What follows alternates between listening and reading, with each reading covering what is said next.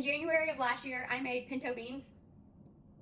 Some of my jars have ham chunks, some do not. This one does not. But we're having beans and cornbread on Friday. Just an easy, quick meal. It's the end of the week. I'm not gonna feel like cooking.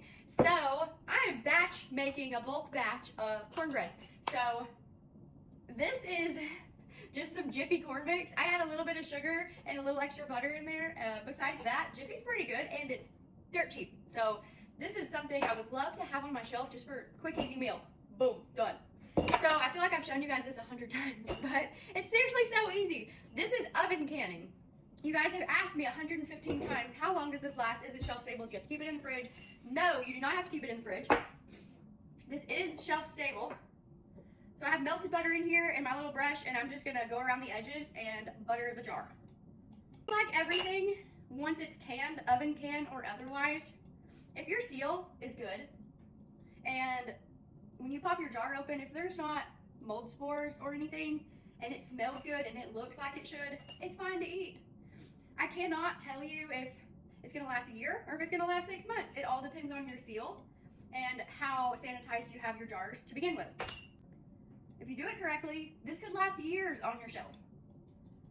I already have my oven preheating to 400 degrees, and I'm just gonna fill up my jars. I don't know, halfway, maybe a little bit more for this. Ooh, that was too much. It's hard to judge the rise. Some things rise more than others, and I don't want a lot of headspace, a lot of room in my jars when I'm done. And you don't need to stress about it. This is how much I'm gonna fill it. If for some reason you get these out of the oven and they have exceeded the top, just take a knife and slice it off before you add your lid. Once you have your jars full, I have a little vinegar on a paper towel. Since we buttered the rim and you don't want any cornbread or anything on there, you're just gonna wipe your rim off, because when you put your lid on, you don't want anything to obstruct the seal, because that's where you're gonna get a bad seal and your bread will go bad. So I didn't mention this time, but as always, it doesn't have to be a specific recipe for this. You could use any recipe. If there's a cornbread that you like that you would rather do it. It doesn't have to be any specific recipe. Our oven just beeped. As you can see, there's no water in here. This is just to help me transport it to the oven. So I'm gonna put these in. Y'all, they exploded everywhere. Oh my gosh. But don't panic, it can be fixed.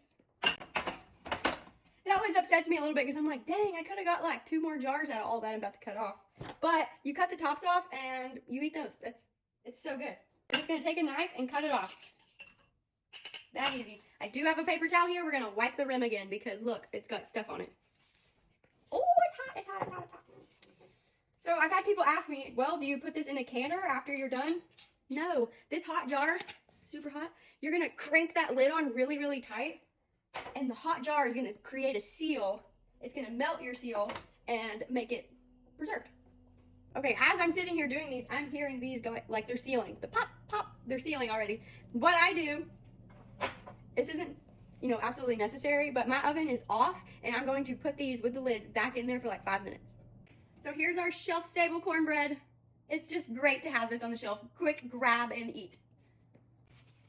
As for our little scraps I cut off, this will not go to waste. We will definitely be eating this with breakfast and with a side for our dinner. Waste not, want not. Love it, guys. Bye.